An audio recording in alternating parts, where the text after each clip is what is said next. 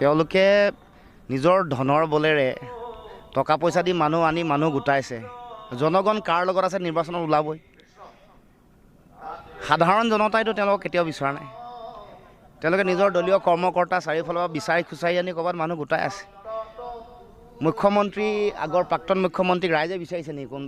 কোনোবা অনুষ্ঠানত, ক'ৰবাত ভাগৱত পাঠ, কোনোবাত বিভিন্ন সামাজিক অনুষ্ঠানত কোনো ৰাইজে বিচৰা নাই। গতিকে নিৰ্বাচনত ফলাফল ওলাব। হাজাৰ হাজাৰ আৰ্টিফিচিয়েলি মানুহ উলিয়াই লৈ আনিছে টকা পইচা দি। তেওঁ আদৰণি জনাবলৈ দিয়া দিনাখনো পইচা বিলাই থকা খবৰ চবৰ মাজত আছে। গতিকে এয়াই অৱস্থা বিজেপিৰ। নিৰ্বাচনলৈ অপেক্ষা কৰক। তেওঁলোকৰ মানে কংগ্ৰেছৰ মনৰ কথা কেনেকৈ গম পালে তেওঁলোকে?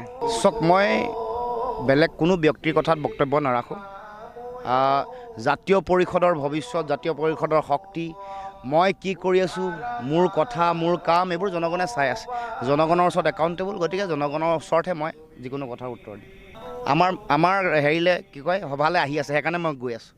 দেৰি হৈছে। আমাৰ সভাত এতিয়া অংশগ্ৰহণ কৰিব পৱন সিং ঘাটৰ আমাৰ সভালৈ আহি আছে এতিয়া। পৱন সিং ঘাটৰ আমাৰ সভালৈ নিৰ্বাচনী প্ৰচাৰৰ কাৰণে আহি আছে। নাহৰকটীয়া আৰু টিংখং আপোনালোকৰ মানে জ্ঞাতাৰ্থে মই জনাইছোঁ। বিজেপিৰ বহু নেতাই কৈছে আপুনি এতিয়া দৌৰত নাই। নিৰ্বাচন আহিবলৈ দিয়ক। ইমান ভয় খাইছে কিয়? ভয় খাই আৰু নিজৰ মানে ফ্ৰাষ্ট্ৰেশ্যনত হেৰুৱাইছে কিয়? গতিকে নিৰ্বাচন আহিবলৈ দিয়ক।